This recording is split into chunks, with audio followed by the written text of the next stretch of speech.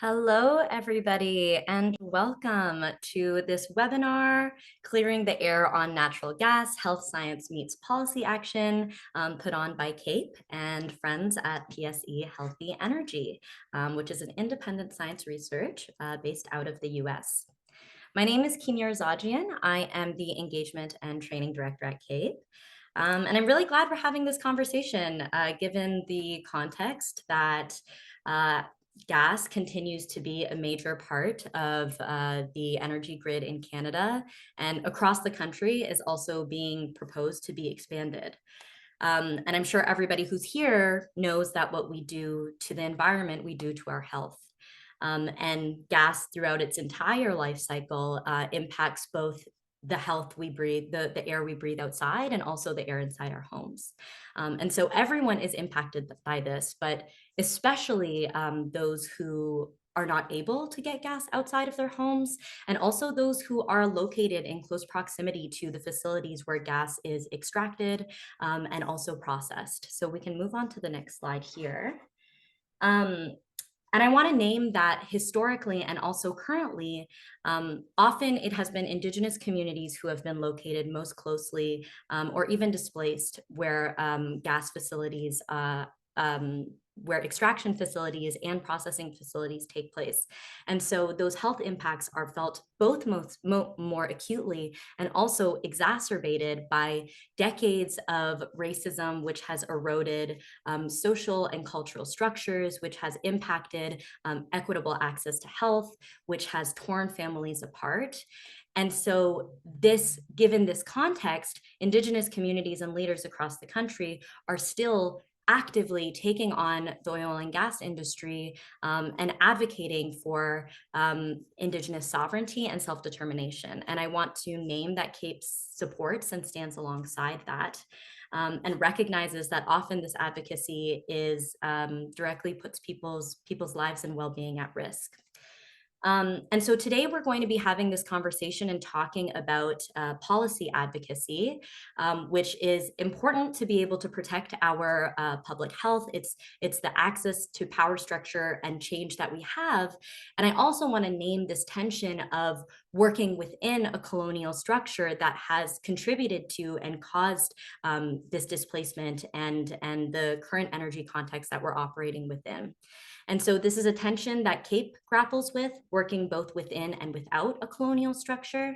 And I just want to invite everybody to reflect upon that as well in everyone's advocacy as we go through this presentation, that it's important to work within these structures and create a healthier environment for us all, and also think about how do we build a structure and system that ultimately allows for Indigenous sovereignty and self-determination. And so with that, I'm going to share our agenda.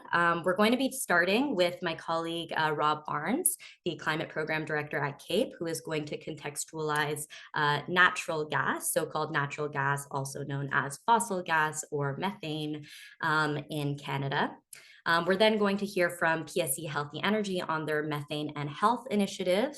And then we'll hear from our own Dr. Melissa Lem on the impacts of methane on people's health before we move into Q&A and then talk about what CAPE is doing and how to get involved. So throughout the presentation, the Q&A will be open and you will be welcome to ask questions that we'll get to at the end. So we can move to the next slide. Here are the folks who are joining us today. We are joined by Kelsey Bilsback, who is a senior scientist at PSE Healthy Energy with expertise in mechanical engineering and atmospheric science. Her research uses modeling tools to quantify the air quality, health, and equity impacts of energy policies and planning.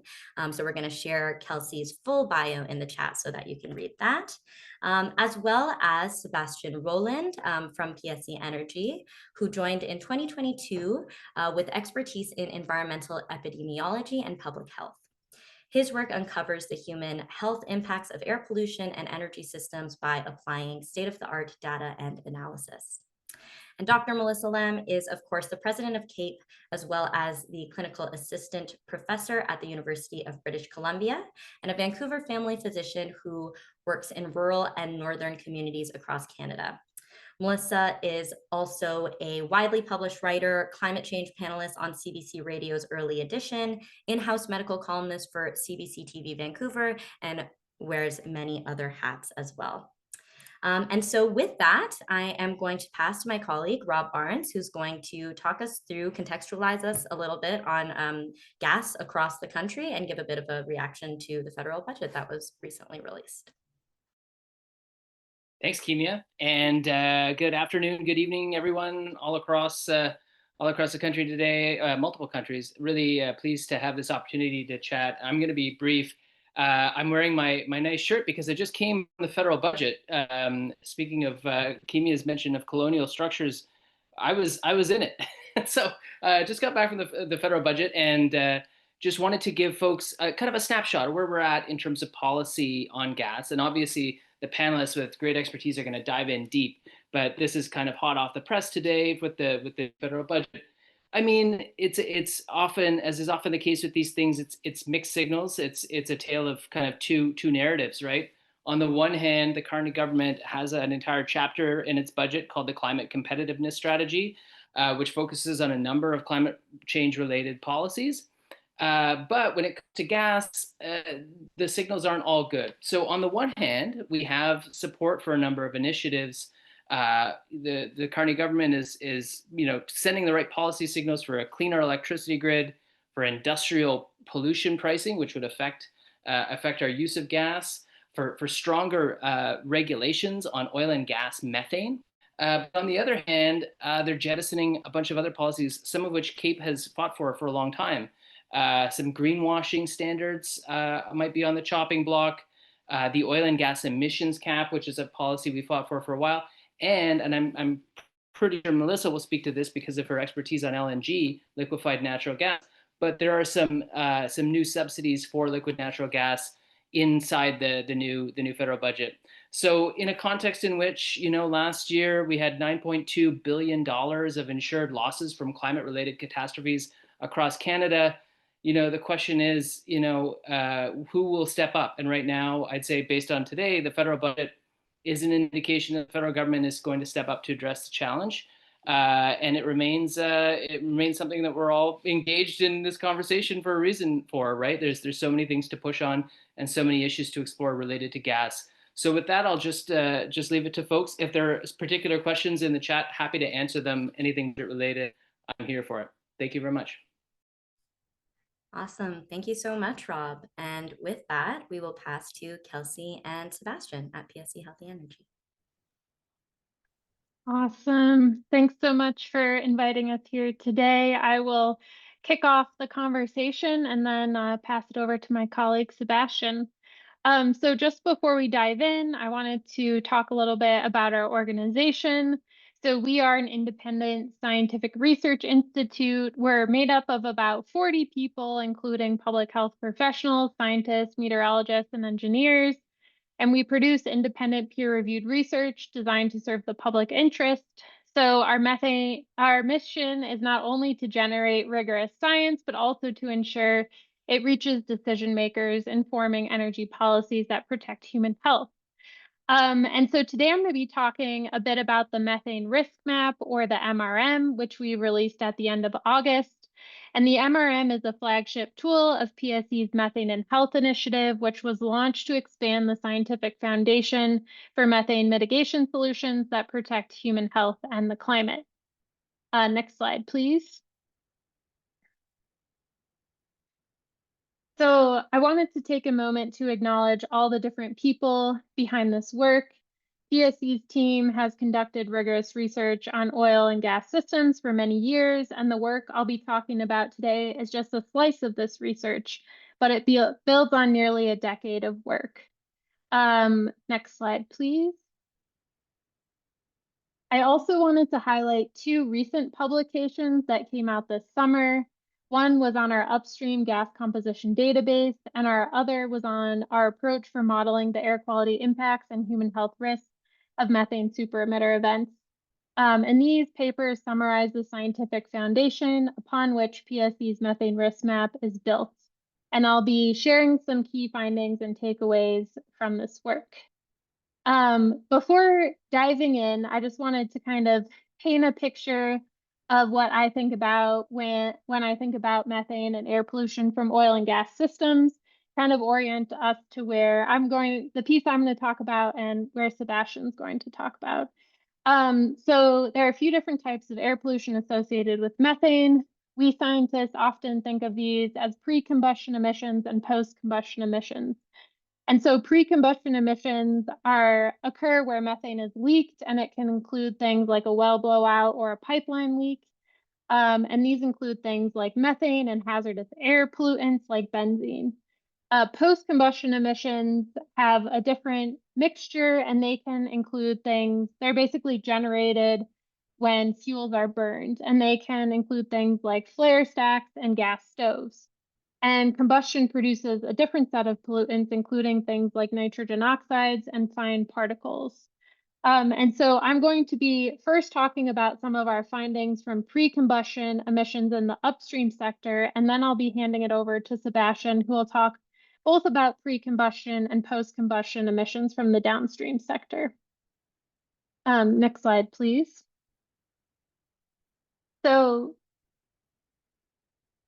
next slide. Thank you. So as you all know, methane is a colorless, odorless gas, and methane emissions are on the rise, which is a problem from a climate perspective because methane's heat trapping power is 86 times the strength of carbon dioxide over a 20-year time horizon. And so cutting methane emissions is one of the fastest ways to slow climate change. But the science is also clear that methane is nearly always emitted with health-damaging air pollutants. And so curbing methane emissions can have major benefits for both climate and public health. In other words, methane is much more than a climate story. Next slide, please. And so one event that really made this clear was the Aliso Canyon gas leak. And this was the largest methane leak in US history. Nearly 100,000 metric tons of methane were released, and 25,000 people were forced to evacuate. And as the leak persisted, residents began reporting health problems, including rashes, nosebleeds, headaches, and respiratory issues. And so this event put methane super emitters, or the really large releases, on the map and raised a simple but critical question. If methane is non-toxic, why are people getting sick? And so this led to a multi-year investigation by PSE scientists who set out to answer, what is a natural gas really? And we've done things like reviewing over 180,000 gas production air permits, compiled hundreds of samples from transmission infrastructure and interstate pipelines, and gathered direct samples in 24 cities across the globe. We found that natural gas is not just methane, it's more accurately described as a chemical soup. And nearly every gas sample we analyzed contains hazardous air pollutants. In recent years, governments and scientists and companies have invested heavily in satellite and aircraft campaigns to detect methane emissions from space. And this is offering an unprecedented view of where methane is being released into the atmosphere.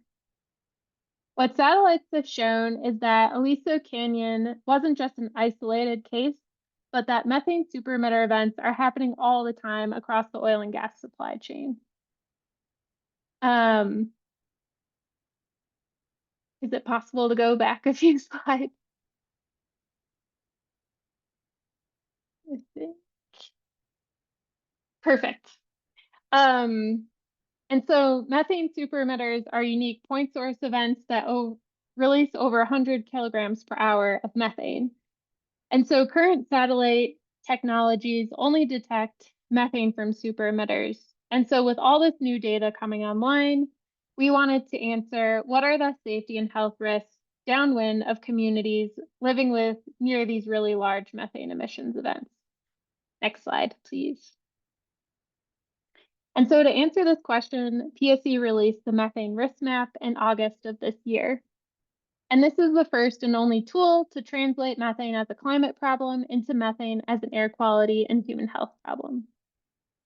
And this is a snapshot of what we call the all events view. Right now, the MRM focuses on the upstream sector of the oil and gas supply chain. the point where gas is extracted from the ground, but we're planning to add midstream and downstream events next year. And we're actively looking at ways to expand our data set to other geographies beyond the US in the near term. Next slide, please. Here's an example of one of our risk maps. And so to build these maps, we access information on methane emissions rates through publicly available data sources. Right now, we primarily use Carbon Mapper's data, and then we combine that with information from PSE's gas composition database. And this is the most speciated comprehensive database on gas composition in the US and includes over 8,000 upstream individual gas samples from federal and state agencies. So essentially what we're doing is we're translating methane emissions to hazardous air pollutant emissions rates. And then we use a regulatory grade dispersion model, which uses local meteorology and terrain data to map peak concentrations of hazardous air pollutants in the surrounding area due to an event. And so we then compare these peak concentrations to different health risk benchmarks. And these are concentrations above which a health risk may exist. And so the red line lassos where concentrations exceed selected health benchmarks, and we call this the risk area. And in this case, with this event, it's covering an entire shopping center as well as a number of houses in a nearby residential neighborhood. So short-term exposures to benzene can cause things like dizziness, headaches, irritation of the eyes, skin, and respiratory tract. And benzene is also a known human carcinogen, and it's worth noting that the World Health Organization believes there's no safe level of exposure. Another key feature of the MRM is that it calculates the area at risk and estimates the number of people and number of sensitive facilities living within that area. And sensitive facilities are things like nursing homes, hospitals, and daycare centers. Next slide, please. So here's another example of one of our methane risk maps, which highlights another key finding. And that is that some relatively small methane superemitter events on the order of hundreds of kilograms per hour of methane, can still pose outsized health risks. For instance, when a tank deep hatch is left open, it doesn't create a high pressure event like a well blowout. In these cases, methane emissions may be relatively low, on the order of a few hundred kilograms per hour, but if this tank is storing liquid hydrocarbons, the associated health risk can be much greater. And we didn't see these stories about individual cases just once. We saw these types of stories across the MRM. And so this slide is showing a few key numbers from the first nearly 1,400 events. The first finding was that over 99% of the events on the MRM exceeded California's benzene health benchmark of 8 parts per billion. Another key finding was that on average, that same benchmark was exceeded out to 2 miles across all events. And one thing to note is that we didn't selectively choose these events. We took all of the available upstream emissions and methane superemitter events from Carbon Mapper's data portal and modeled where we had information about both gas composition and data coming from the basin where the event happened, as well as information about equipment type. So far across the nearly 1,400 events, we've seen that 135,200 people live within 2 miles of one of these events, and that there are 114 sensitive facilities, so things like schools and daycares within those same 2 miles. And these numbers represent a small fraction of the people potentially impacted across the US, especially when you consider that approximately 17.6 people live within 1 mile of an active oil or gas well. Next slide, please. And so benzene wasn't the only pollutant where we saw these health benchmark exceedances. Hexane had the second most frequent exceedances, followed by toluene, xylenes, and ethylbenzene. Next slide, please. Here are some of the key insights from the MRM and the 2 scientific publications I mentioned earlier. First, we found that hazardous air pollutants are in more than 99% of the gas samples we examined. Second, we found that equipment makes a big difference. For example, storage tanks can store flash gas, which can contain 60 times higher average benzene concentrations than other equipment, such as wells or pipelines. Third, we found that hazardous air pollutants emitted with methane pose short-term or acute health risks. Fourth, as I mentioned earlier, smaller emissions can pose outsized impacts on air quality and health, and this comes back to finding number 2 about equipment, which was exemplified in the second case study we looked at. Finally, we found that location matters. For example, states we don't typically associate with fossil fuel economies, places like California and Colorado, actually have higher health risks than Texas due to the proximity of these events to people. Next slide, please. Because the MRM was designed using regulatory grade data and regulatory grade models, it equips communities, policymakers, and regulators with actionable scientific data that can be used to establish health protective energy policies and regulations. And these are several ways we think that states and municipalities and can apply the science in the methane risk map. So first, our data can be used to establish safer setback distances. Many states and regulators either lack minimum setback distance requirements or only have setback distances of a few hundred feet. However, the MRM demonstrates that methane superemitter events can pose elevated health risks up to distances of about 2 miles. Our data can also be used to support fence line air monitoring in impacted communities. So things like stationary and mobile benzene and VOC monitoring can help identify emissions events in real time and support timely community notification and response. The MRM can also be used to prioritize leak detection and repair resources. So as we talked about, the MRM indicates that certain equipment types, particularly things like storage tanks, are more likely to contain heavier hydrocarbons, including BTEX. And so when emissions are detected, prioritizing tanks for rapid inspection and repair can help reduce potential exposures and protect health in nearby communities. Our data also demonstrate a need for gas composition reporting. So overall, we found that reporting practices varied widely by state. For example, places like Texas and Colorado publish facility-specific gas composition data, while places like California do not. And so standardizing and making publicly accessible data on gas composition can improve risk assessments, monitoring programs, and protective permitting decisions. The data on the MRM can also be used to count for non-routine emissions. So traditional permitting focuses on routine emissions. However, the methane risk map focuses on non-routine emissions, which are not typically accounted for in air permitting. And so this data can be used to help shed light on an undercounted data source. Finally, the MRM can be used to support the development of short-term health benchmarks. So the MRM provides a scientific basis to establish short-term health protective thresholds that reflect exposure patterns that are associated with these non-routine emissions. And so these benchmarks can guide emergency response and regulatory enforcement. With that, I want to thank you so much for your time, and I'll hand it over to my colleague Sebastian to talk about the other side of the natural gas supply chain, the downstream. Great. Thank you so much, Kelsey. So I'll be talking about how the indoor air quality impacts of gas appliances. As the title says, home is where the pipeline ends. So we'll have what Kelsey's talking about, the images, industrial site, pollutants being emitted outdoors. Here we're going to think about the gas that's actually piped into folks' homes and the emissions that can take place there. And again, we're going to be thinking about the pre-combustion emissions or gas leaks, as well as post-combustion emissions, well, the byproducts of burning and cooking with the gas.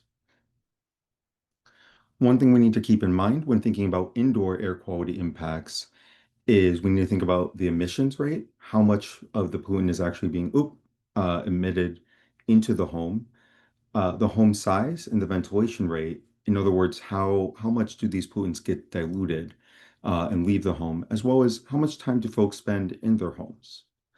So we'll go to the next slide.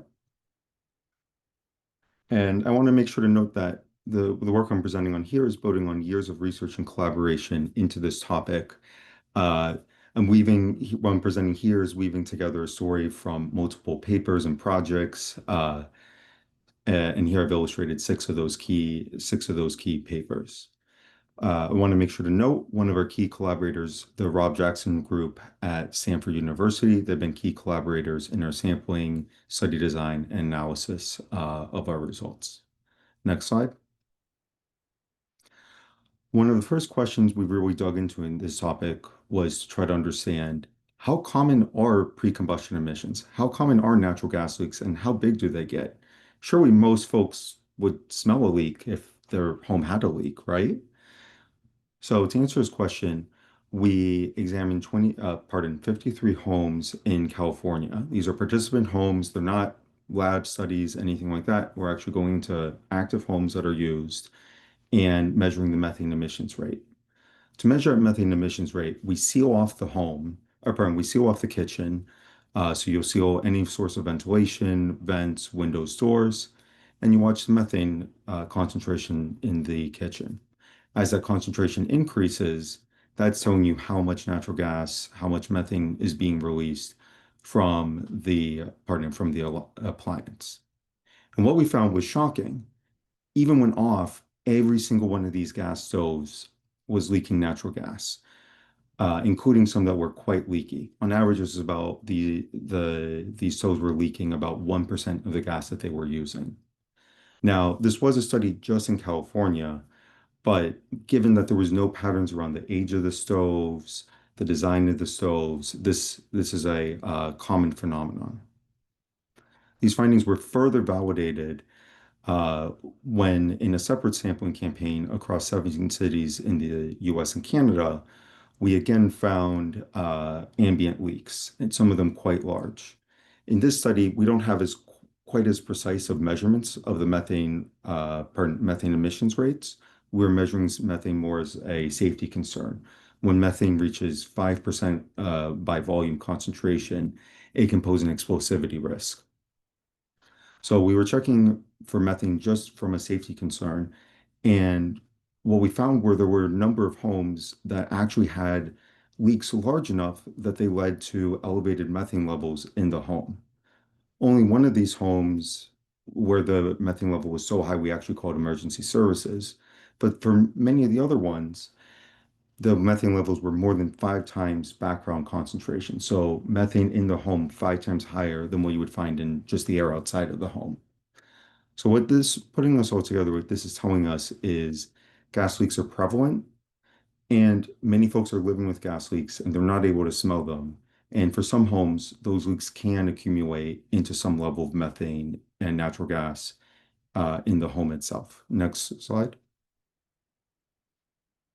So as we're building our picture here with pre-combustion emissions, now we have clear evidence they're prevalent and they contain methane. We then asked, well, what else is in this gas? What is traveling along with the methane?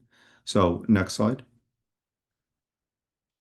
To answer this, we collected nearly 600 unburnt gas samples across 17 North American cities, including 3 cities in Canada. Illustrated here are 2 of my colleagues actually doing that sampling, where we collect the gas directly from the stove into a pristine canister and then send that canister to independent accredited laboratories who analyze that gas for fixed gases such as methane and nitrogen, hazardous air pollutants like benzene, the other pollutants Kelsey's mentioned, as well as odorants.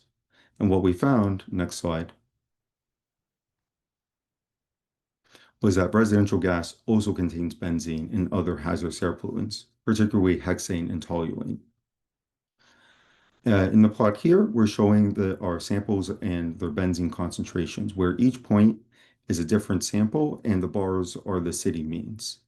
And so what we found was there's quite a range of benzene concentrations across cities, but no matter where we looked at the gas, we found benzene and other hazardous air pollutants in the gas. Now, as I mentioned earlier, when we think about impacts on indoor air quality, the actual concentration someone might be exposed to, it's not just a question of what's in the gas. It's a question of how large is the leak, size of the home, ventilation. In other words, your mileage may vary. So to try to translate these findings to understand the implications for indoor air quality, we used an EPA model for indoor air quality known as CONTAM and considered a range of household scenarios, thinking about floor plans, ventilation scenarios, in order to estimate what could be the range of impacts. What we found is that leaky stoves can increase indoor benzene concentrations by 0.2 to 7 parts per billion in California. So for a home with a large leak and limited ventilation, that person could be living with a leak leading to benzene levels comparable to secondhand smoke just from the leak alone. Next slide. So again, coming back to this picture of the indoor air quality impacts, indoor gas leaks are prevalent and they can degrade indoor air quality from hazardous air pollutant emissions. We then, at the same time, another branch of research has been examining the post-combustion emissions. Next slide. We've examined the NO2 and benzene emissions and their associated exposures from cooking with gas. To do this, again, we set up the kitchen as a chamber. So we isolate the windows and doors, any sources of ventilation, and then we'll do a cooking test, such as cooking spaghetti for 10 minutes or baking in the oven. And then we'll monitor the NO2 levels and benzene levels using these state-of-the-art sensors. Next slide. And what we found was that cooking with gas can elevate indoor benzene concentrations, even in bedrooms. So looking at our first slide on the left, we show the benzene emissions we measured for different ways of cooking. First, I&D, that's an induction cooktop, and those didn't produce any benzene at all. An electric coil, slight amount of benzene, and it's really cooking with gas and propane that's producing the benzene levels. And then for these, rather than modeling, we actually monitored benzene levels across the home and did, again, those cooking activities. And so here in our second plot, on the x-axis, we're looking at time since cooking, where the white section of the plot is time while cooking, while the oven is on. And then gray is when the oven has already been turned off and looking at the gas levels. Our y-axis is the benzene concentration, and that top black bar is the California 8-hour REL, reference exposure level. That's our threshold over which there's some increase in risk of health outcomes, the threshold Kelsey had mentioned earlier. And the lower bar is the 8-hour threshold. So what we see is even in bedrooms, or not just the kitchen, the cooking with gas can elevate benzene levels, sometimes even above these regulatory levels. And this exposure can persist for hours even after cooking is done. Next slide. So again, coming back to that picture of what is going on when you cook with gas, what does it mean to have a gas appliance in the home? Another piece of the puzzle is when you're cooking with gas, it's producing benzene in the home. Should make sure to know also, while we don't study these in the work we've done, cooking with gas can also produces climate pollutants, particularly methane and carbon dioxide. Next slide. Now, there's been a lot of research that's really established that cooking with gas produces nitrogen dioxide. So I'm not going to bore you through any results of that. And instead, we're going to spend a little bit more time digging into the implications of that. Here, we're looking at a similar type of finding as just the previous plot, where we're looking at time that's elapsed since the cooking activity and the resulting NO2 concentrations in the bedroom. And what we see And here we want to focus on those lighter brown lines, as those are going to be the homes where we cook with gas. And what we see is cooking with gas can elevate bedroom concentrations of NO2, exceeding the US EPA and WHO hourly health guidelines. And even for houses 1, 4, and 5, those that probably had better ventilation, so there's more dilution. Even in those homes, the NO2 levels exceeded the WHO chronic health guideline. Next slide.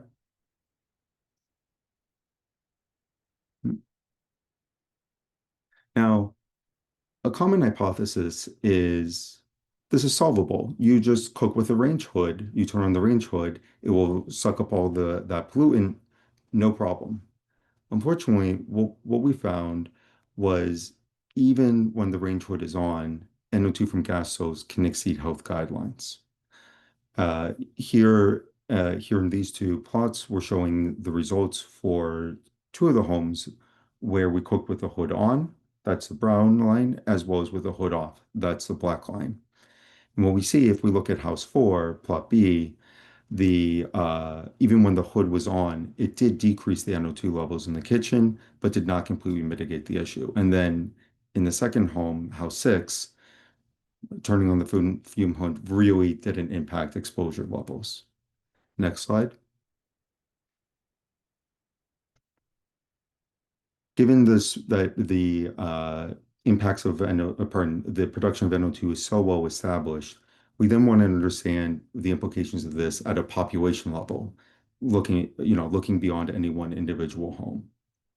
As I had mentioned before, when it comes to indoor air exposures, your mileage may vary depending on a range of factors, such as your floor plan, occupancy, a range hood. It's going to impact the efficacy of ventilation, weather, and how much you use the stove.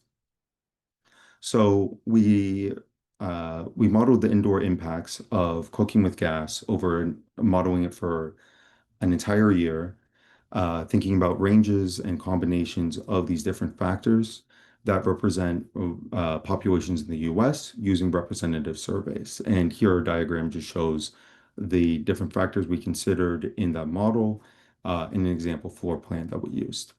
Next slide. And what we found is cooking with gas increases indoor NO2 exposures across the US. So here on our x-axis, we're looking at the residential size of the home.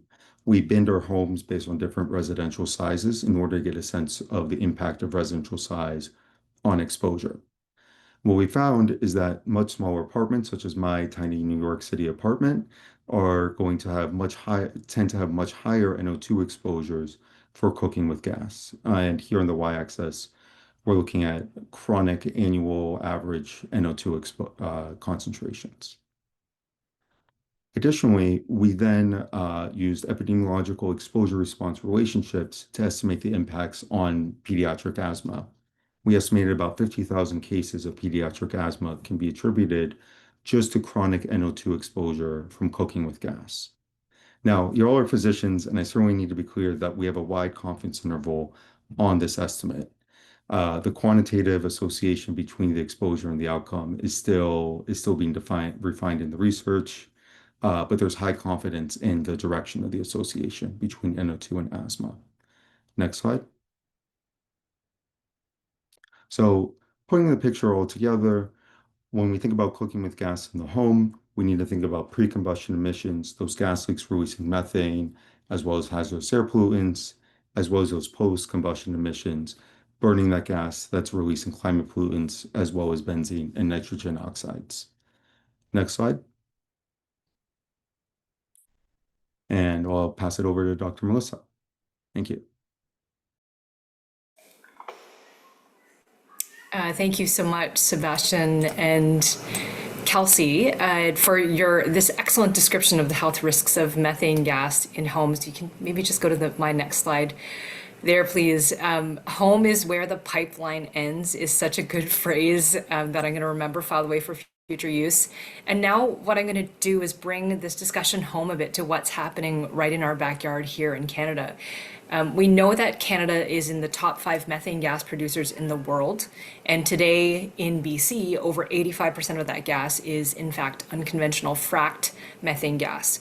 But as we know, there's nothing natural about what the industry calls natural gas or liquefied natural gas in Canada, because most of it comes from fracking, which research links to a whole host of health impacts to local communities, including heart disease, asthma attacks, cancer, birth defects, and premature death, particularly in people who live downwind from fracking sites.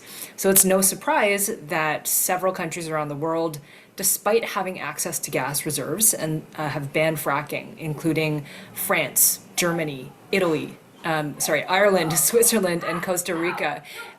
Not only that, but within Canada itself, Quebec, Nova Scotia, Newfoundland and Labrador, New Brunswick, and PEI have also partially or completely banned fracking because of its health and environmental harms. So the million-dollar question is, if it's considered unsafe for so many of our allies and provinces within Canada, why is it considered safe for us here in BC and Alberta and Saskatchewan? Next slide, please. Since 1985, more than 25,000 wells have been drilled in BC, and this map of wells in the Montney Formation shows that fracking is happening right in the middle of populated areas in the Peace region in northeast BC.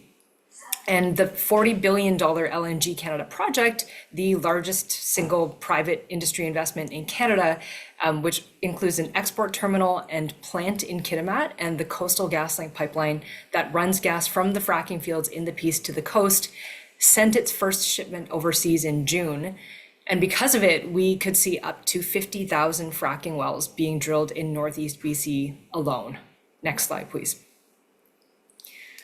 So when Cape BC first started getting active on fracking and methane gas in 2016, 2017, something we heard many, many times from people who lived in the Peace region where fracking is concentrated was that people down south, who often have the most influence on decision makers, were forgetting about them. They said that because fracking is out of sight and out of mind, that they were living in a sacrifice zone because of the dramatic changes that are currently happening to the health of the lands, waters, and people who live there, all in the name of fossil fuel extraction. And Cape BC has done its best over these past few years to amplify their voices, to catalyze public awareness and policy change to protect the health of these communities. We know all about the research describing how devastating fracking is for climate change and environmental and human health, but research is numbers and data. To many of us, these words and numbers don't feel real until we can put faces to them. So I'm going to share some of Northern BC residents' stories with you. Next slide, please. This is Karen Hossard. She is an environmental scientist and a mom, and her family moved to Dawson Creek in the epicenter of fracking in northeast BC in 2013 to be closer to nature in a small town. And for many years, life was good. They had birthday parties in the backyard. Her kids would jump on the trampoline and listen to birds singing in the trees. But then 6 years later, fracking started near them in January of 2019. And suddenly they were living within 3 kilometers of 96 sour gas wells. And on the hill behind, above their house, where her husband used to hike, there was now an open fracking pit and flare stack. Their house used to sit at the end of what was a little country road that was suddenly filled with constant, dangerous traffic from semi-trucks. And now when her kids laid on the trampoline, all they could hear was a droning and drilling sound that kept them awake at night. After fracking started in their community, whenever neighborhood kids or friends would visit, they would frequently be scared and leave because they could smell gas leaks. But because Karen and her family lived outside of what was called the emergency response zone, they had no one to report it to. And as an environmental scientist herself, Karen frequently said that she was shocked that there were no baseline water or air quality studies done before fracking moved into her neighborhood. And the monitoring in the changes in the environment continue to be lacking to this day. I remember her saying to me, I've worked as an environmental consultant on mining projects from Alaska to BC, and my mind is blown by this industry. If I did these things in my job, I would be fired on the spot. We had a little piece of heaven, and now it's all gas and flare stacks. She also shared with me in 2020 that a 7-year-old girl who was a family friend was recently diagnosed with a brain tumor, and this was the 4th child under 8 that she knew of diagnosed within 4 months. We know that this is not normal for that many children in a small community to be diagnosed with brain tumors. Yet we are continually told by the government and industry that this is the safest, best regulated oil and gas industry in the world. This is terrifying and infuriating, and we need better policy and protection so that the health of these communities does not continue to be sacrificed. Next slide, please. Fracking can also be incredibly damaging because of how it tears apart communities and pits neighbors against neighbors. And this is something I have heard from every person I've spoken to about it. So this is Carl Mattson. He describes himself as a farmer, an artist, and unfortunately sometimes an activist. He is a 5th-generation farmer who lives in Rowland, BC, and the year his daughter was born, he called the year of the flaring because so much oil and gas activity was happening around his farm. He has had sour gas leaks near his house that made him so afraid that he started building artistic bunkers to keep his family safe if and when a major gas leak happens. And he's also said that one of the worst parts of fracking is the directional drilling. If you don't let a company put their infrastructure on your land, they will just hop across the road to your neighbor's place and pay them rent and then drill down and horizontally underneath your farm. So a lot of farmers, essentially, even if they're opposed to fracking initially, end up giving up and letting fracking happen because they don't have the time or energy to fight it. And people who do speak up have to be incredibly brave because most of the wider community works for the oil and gas industry. Carl has been approached in his own community by strangers who try to pick physical fights with him because of how he's spoken out against fracking. And unfortunately, because of this, multi-generational family farms that are feeding people in BC are being sold off to oil and gas or leased off to oil and gas because children see the struggles that their parents are going through and just move away. Next slide, please. Indigenous peoples are arguably the most affected by pipelines and fracking, not only because of local pollution and climate change driven by it that they're exposed to, but also because it severs traditional connections to the land and interferes with traditional practices. This is a photo of Drew Harris and Grace Vickers. They are members of the Lakiep Firekeepers, which is a Gitxsan youth-led collective, from a press conference that Cape held Cape and Cane held in September, calling on the BC and federal governments to prove that the LNG industry is safe before allowing further approvals of fracked gas infrastructure. There's been research that's occurred, led by Dr. Elise Caron-Baudouin, that shows up to 6 times higher amounts of benzene biomarkers, as well as trace metals in Indigenous women in the Peace region, compared to the general Canadian population. Research also shows higher rates of domestic assault, substance use, and violence against women in communities that are situated close to industrial sites because of all the drug use and all the money flying around and industrial camps populated mainly by men. Drew said in our press release for this initiative that our communities already bear disproportionate health inequities due to ongoing colonization and systemic racism that leads to poor health conditions. This environmental racism disguised as reconciliation needs to end. Youth are uniting to defend our land and water and work towards a just future that prioritizes all life over profit. And Grace, whom you can see on the left-hand side of this photo, said, "As young people, we stand to inherit or lose everything.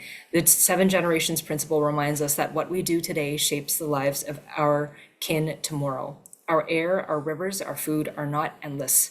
We cannot continue to take while ignoring the consequences. Our future is not negotiable." Next slide, please. So you might be wondering, what can I do about it as a concerned person in North America, as a healthcare professional or member of the public?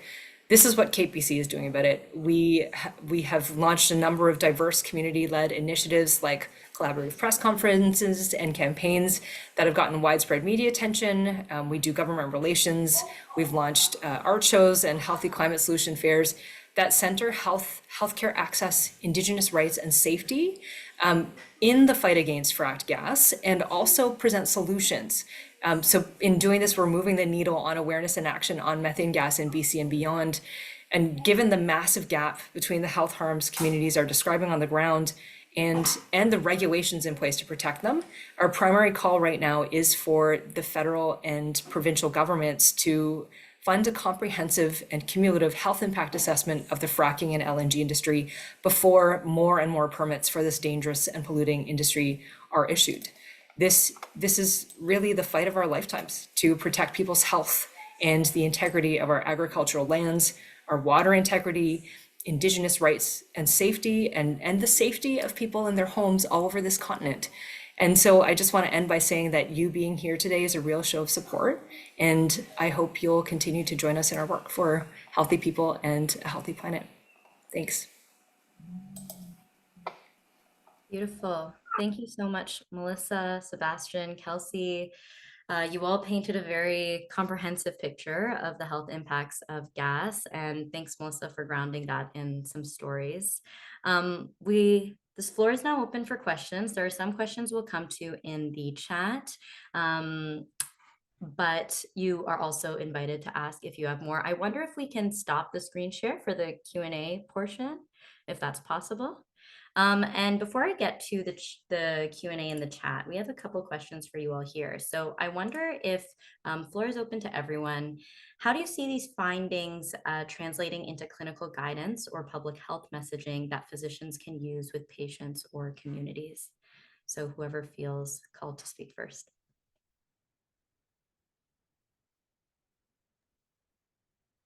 Kelsey, please.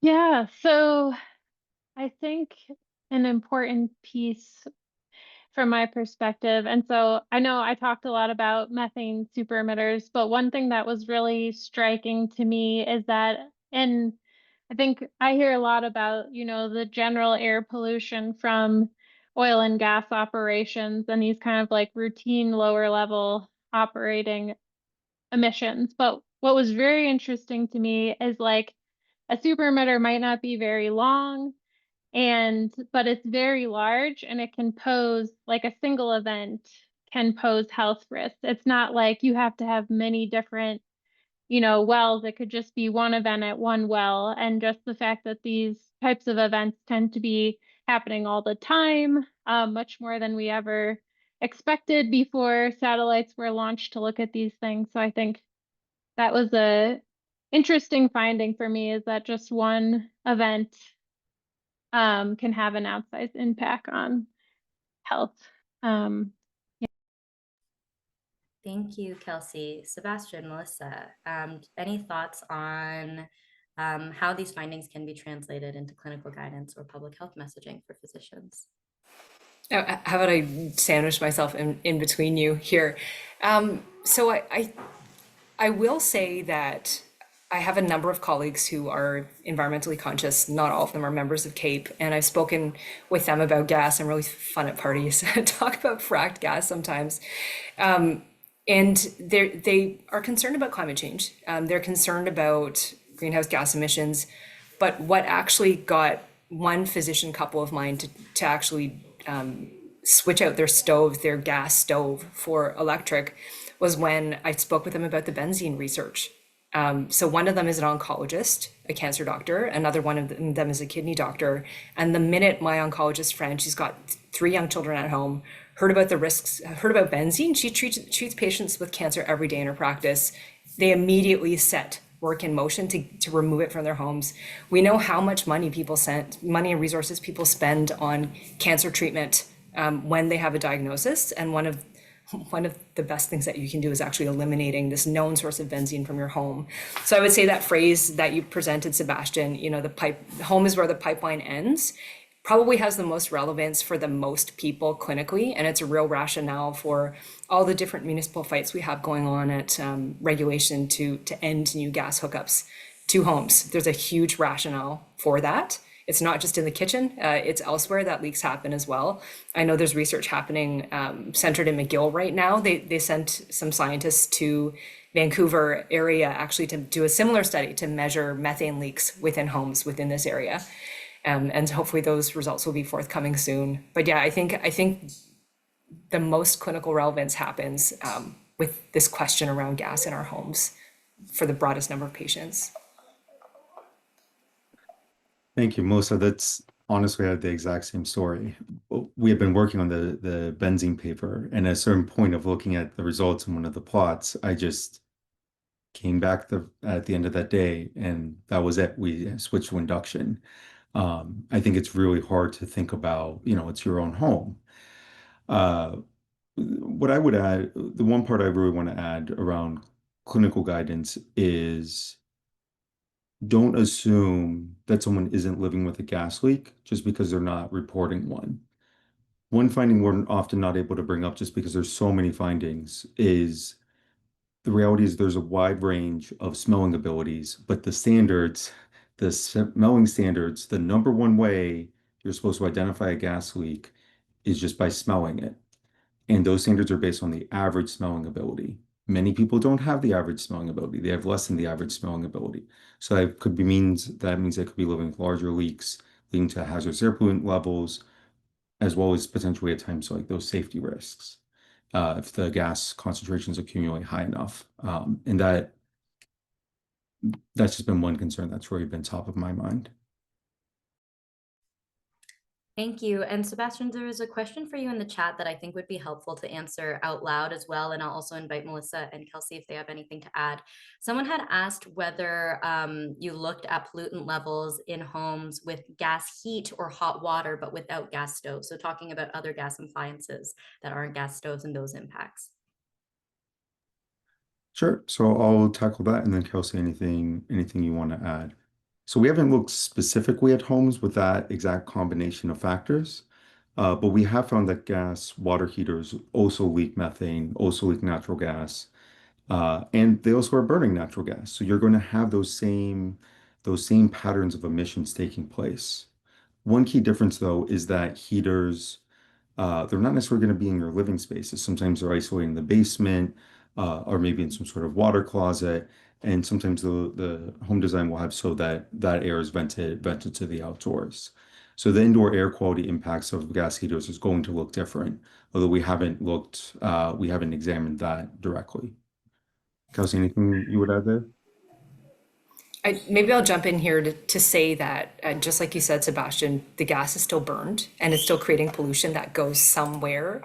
We know there's research saying that buildings, including houses and apartments, contribute about close to 19% of the total nitrogen dioxide found in outdoor air pollution. And this is largely due to natural gas. So, even if, say, the pollution isn't venting into our homes, we go outside and we breathe it. And I will mention too that the McGill researchers, I talked a bit with them about their preliminary findings, and they found elevated levels of methane even in rooms where there were no appliances, and in homes with natural gas, and they deduced that it came just from the pipes being leaky. So if you have any kind of natural gas, I don't know, I'm calling it that, a fracked gas, methane gas, benzene laden gas in your home, it's leaking, and it's exposing the inhabitants indoors and outdoors to a certain level of air pollution. It's unavoidable. Thank you, Melissa and Sebastian. I think we've started touching on this. There were a couple of questions about gas furnaces. So we've talked about inside the home, if you have more to add there, but also there's a question about furnaces and outdoor air quality, particularly in dense and cold urban areas, and if you have anything to comment on that connection.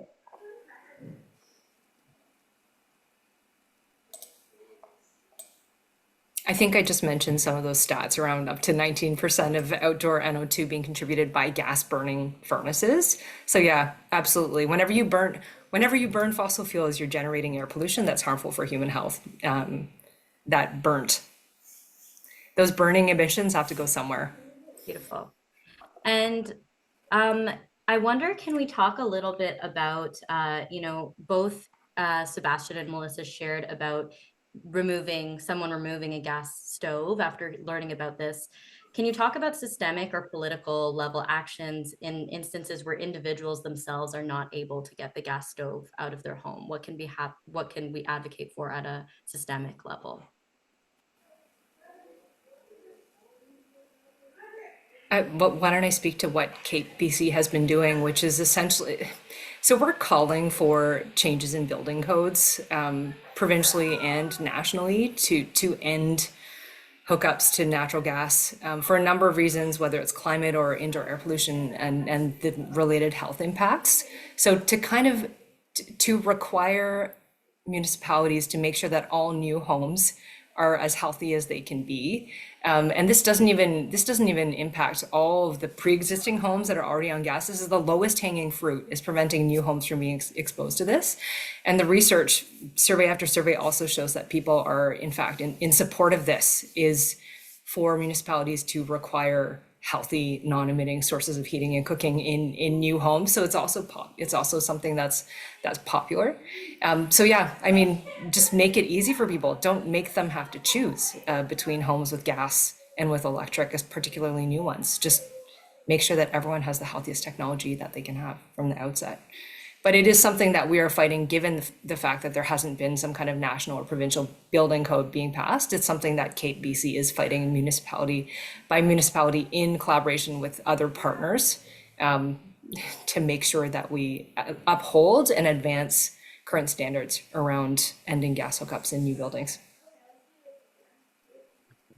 One thing I'll add is, as Kelsey had mentioned, regulations often do not account for these emission sources, whether it's just completely ignoring what's being produced or treating it as sort of exceptional events that don't need to be accounted for in terms of standards or regulations.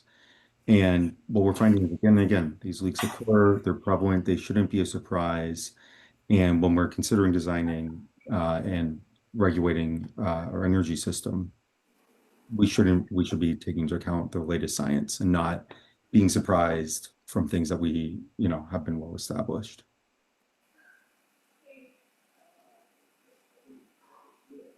Thank you. Kelsey, anything to add there or good? Just one thing I'm thinking about, which is more peripherally related, is thinking about like the disclosure of gas composition information, and that we've seen a lot of our data came from gas composition disclosure in the upstream, but as PSE's research has shown, we also see these hazardous air pollutants in the downstream, which was something that I think was surprising to a lot of us, because there was kind of this messaging that and idea that benzene wouldn't exist because it would kind of come out of the gas through the supply chain. And so in order to help, I mean, the science is clear that there are indoor air quality impacts, but I think another thing at like a regulatory scale is looking for gas composition disclosure from midstream and downstream infrastructure, in addition to upstream infrastructure, which is where we see the focus in the US. Thank you. So a couple more questions here, and these are a bit connected, so I'll share them together. There's a question about whether we can talk more about the health impacts of living near a gas plant. I know we started talking about this during the presentation. And as well, a question about whether PSE is conducting research related to gas leaks and combustion pollutants emitted by LNG facilities. And if so, if you can speak a bit about this. Yeah, I can take the first question about the gas plants, and then maybe I can pass the LNG one, at least for the methane risk map, to Sebastian. So for the health impacts from gas plants, we've looked at a number of individual gas plants across the US. From when I'm thinking about gas plants, I'm thinking about like post-combustion emissions, but also you can still have those leaks from pipelines, those methane emissions that are just kind of inherent to the supply chain. Another thing to add with gas plants is, like, a lot of times at least for the plants that we've looked at, these gas plants can be what we call peaker power plants. And so they can be used to like fill energy production when there needs to be like a spike in energy. And so a few things that we've seen is that these can be frequently located in like low income or under resourced communities, as well as that the health impacts can be kind of similar, can have non-routine impacts, like, and they can be harder to track because they don't have like a consistent load profile.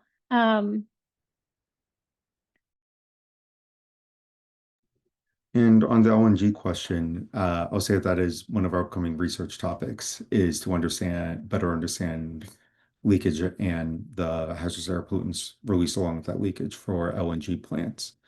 And on the combustion side, uh, I think we would see some of the similar types of emissions, but I can't speak off the top of my head to the exposures that would result.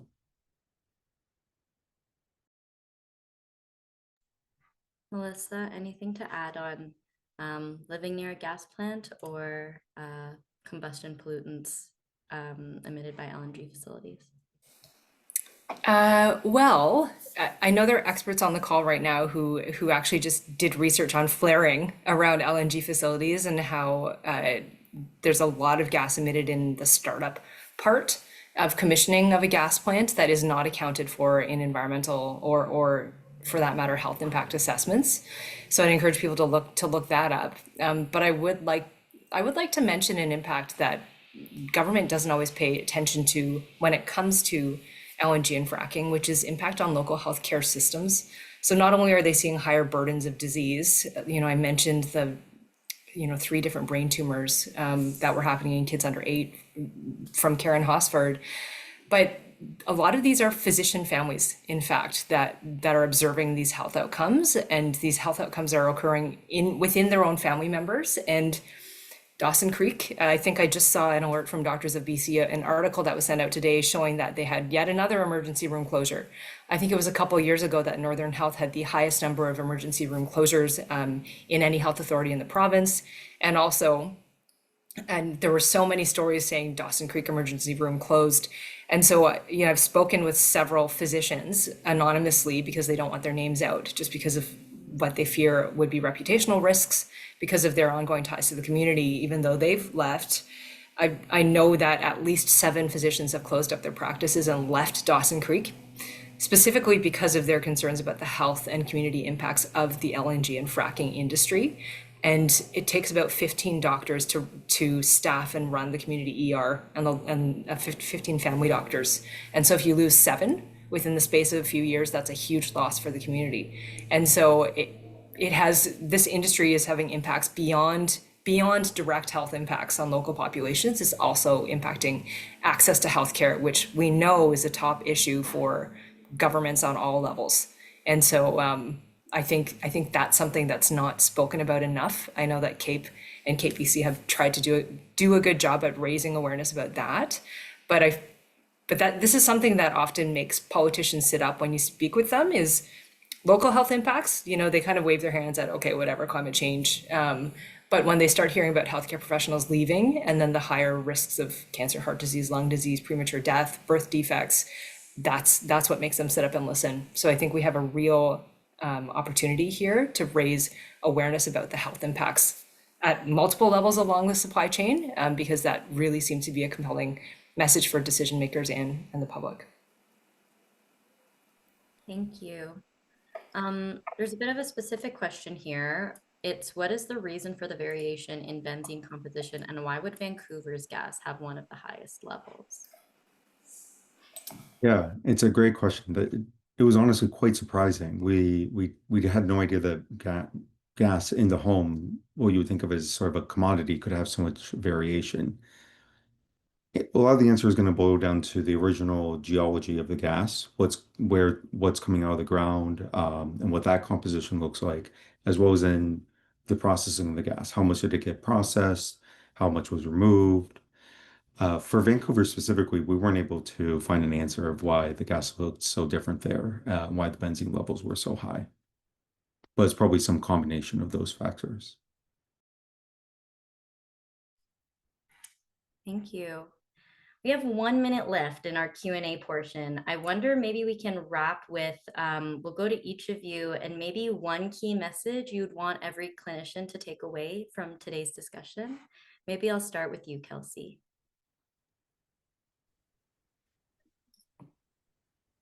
That's a great question. I think I'll just bring us back to the idea that Melissa has touched on, and Sebastian as well, is that I think the scientific evidence is clear that oil and gas sector, the oil and gas supply chain has emissions throughout the supply chain, and like there's important things like hazardous air pollutants that can have implications for cancer and other short-term health risks. There's things like post-combustion emissions that things like PM 2.5, fine particulate matter, and ozone that are linked to premature mortality. And overall, yeah, the science is just really clear that the oil and gas supply chain has air quality impacts and human health risks. And so anything we can do to reduce those emissions is likely to have public health benefits, especially for communities that are living close to oil and gas infrastructure, which we know there are a lot of. Thanks, Kelsey. Melissa, one key message? One key message, oh my goodness. You know, I think maybe two buzz phrases. One is there's nothing natural about natural gas because it is related to health harms along the entire supply chain.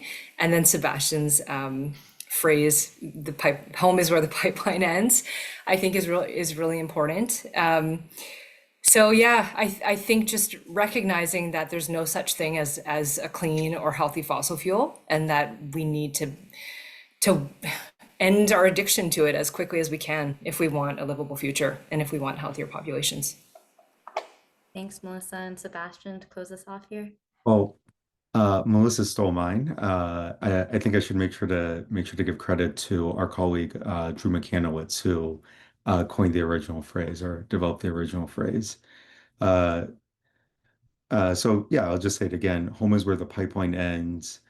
Electrifying homes, moving away from gas. We're going to expect to see public health benefits for the individuals as well as for surrounding communities. And it's not just a household issue. This is really a population community issue. We can't expect just individuals to address this problem. Thank you so much. And thank you all for your rich offerings here tonight and also answering these questions. There's thanks in the chat as well from folks who've attended, and I'm sure people who watch later will be grateful to learn all of this as well. Now, before we close the call, we have a few minutes here, and we just want to talk a bit about what CAPE is doing as it relates to gas. So if we can go back one slide. Yeah, perfect.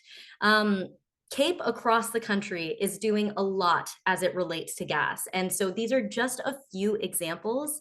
I wanted to mention 3 years ago, there was a complaint made by our team to the Federal Competition Bureau against the Canadian Gas Association for deceptive marketing practices in their Fueling Canada marketing campaign, where they were promoting natural gas as a clean energy source. And that has been under investigation for 3 years. So that is still ongoing. There's also work happening in most regional committees. So in Alberta, there's a push for gas-fueled AI data centers, which would dramatically increase local air pollution, water use, and undermine clean energy goals. And CAPE Alberta is currently preparing an op-ed to highlight the health and climate risks of these facilities. In Ontario, there's been a long kind of process of the provincial government pushing building new gas-fired power plants and expanding gas-fired facilities. For a long time now, CAPE, along with other coalition members, have been attending municipal council meetings, have been writing op-eds, and drawing attention to the health harms of gas. And this work has contributed to 34 municipalities, including Toronto, passing motions opposing the expansion of gas-fired electricity. However, the province continues to push forward, and so there's work continuing to be done. And in New Brunswick, a US-based US-based company, Pro Energy, is proposing to build a 500 megawatt gas and diesel generating station in southern New Brunswick, in a ecologically sensitive area. And Cape New Brunswick is part of a coalition to oppose the new power plant. So we can go to the next slide. So if you want to get involved, you can get involved in any of CAPE's regional committees on our website to work on regional issues, or join our national newsletter. We're going to have more indoor air pollution work coming up. And we'll also invite you to sign on to our Meet the Moment campaign, which is a little bit different, has to do with pollution pricing, but is connected to kind of the greater climate and health effort. So hope that most of you, I know that most of you are likely involved, but those of you who are not, I hope you walk away with more that you can take into your communities, and more that you can share with your peers and with your patients, and also apply to your work at CAPE, or join CAPE in these efforts. So thank you very much for being here. Thank you once again, Melissa, Kelsey, Sebastian, and looking forward to continuing to work with all of you in this fight. Thanks.